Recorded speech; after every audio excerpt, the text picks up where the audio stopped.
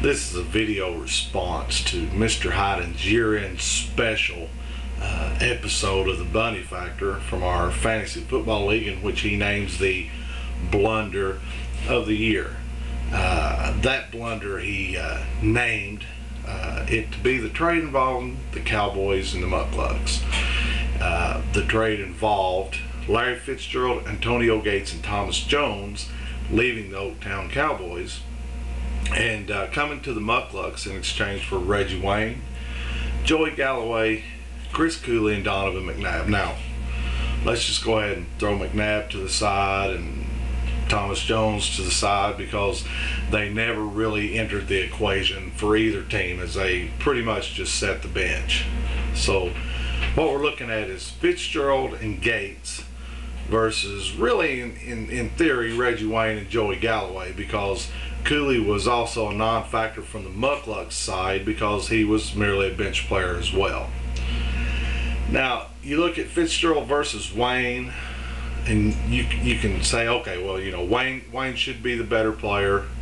The Mucklucks are giving up a little bit, but he's getting Antonio Gates in return for Joey Galloway, and that's pretty nice for the Mucklucks on paper, looking at it. But what's even better is the fact that Larry Fitzgerald outscored Reggie Wayne over the last 7 weeks to a tune of 141 to 125, and that's with Fitzgerald sitting out 1 week. Gates outscored Galloway 77 to 58. Now, Galloway was merely a part-time player on the Mucklucks sideline as he filled in for bye week players. So really it was a 2-starter to a 1.5 starter trade. So I don't really fully understand where the blunder comes in, and as in fact it really helped both teams as both offenses increased down the stretch. The Mucklucks gained right at 10 points more per game, while the Cowboys gained a little over 20. So you might even think that was a little bit too much toward the Oaktown side, but a factor that you got to look at, Mr. Hyden, before you start shooting off at the mouth because you think somebody won't reply to you, because let's face it, not everybody has their own cameraman and has their smoking guns and their mirrors to make everything look pretty. As you can see, this is just pretty much a simple video on my half. But when you look at the numbers, you notice that Oaktown, right about the time he started turning things around, inserted Kurt Warner into the equation. Now, why is that a big deal, you ask? Well, let's look at the quarterbacks he had prior to this. Dante Culpepper started 3 weeks. 3 weeks. Culpepper now. Matt Leinart started 2.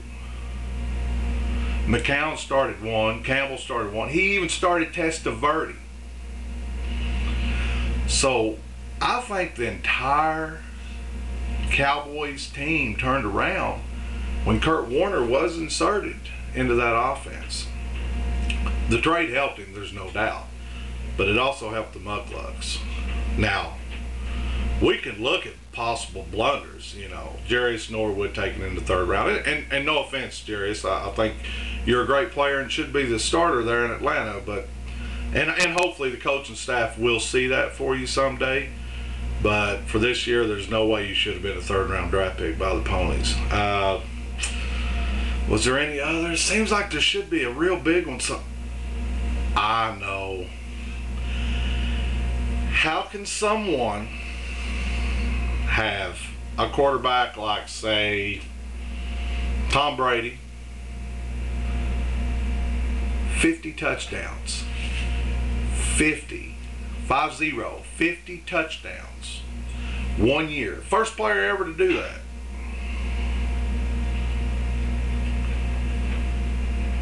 And not only do you have the quarterback on your team that scored more points, more touchdowns than any quarterback ever,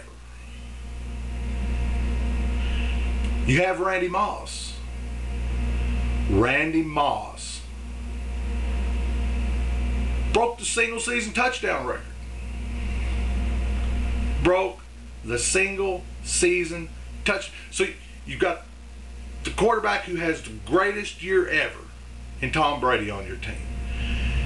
You've got the wide receiver that has the greatest year ever on your team. The two guys have almost 75 touchdowns together. Two players. And you don't make the playoffs. And you can even throw in players. You got T.J. Houshmandzadeh, 11 touchdowns. I'm throwing this off the top of my head, but I'm pretty sure 11 touchdowns. Great season in Cincinnati. Two of the best receivers in the game. The greatest quarterback, period, in 1 year. And yet, you can't make playoffs. Not only can you not make playoffs, you can't have a winning record. You have a losing record at the end of the day, Barry. Boo Weevils. Losing record. With Brady, with Moss, with Houshmandzadeh. You got one of the league leading rushers in Willie Parker. What are you doing in Baixi? Now see, I'm just making this little video just to let you know that I'm going to start holding you accountable for your blunders. I've got a whole off season to come up with some smoking guns and some fancy mirrors, and I'm going to be right here to keep you in check, because you take it off the smack board because you can't handle my smack talk, and you bring it on the video because you think I won't go on the video, but I'm going to be there. The world's going to see me every week, all the time. I'm right here. I'm your worst nightmare hiding. I have been our entire life. I've destroyed you at everything we've done, and it kills you to know that. And you finally come to a little video paradise that you think you can get away from me, and you think you can just make up numbers to justify your means, but it's not happening. Well, this was Mink's rant, and that was the real blunder of the year.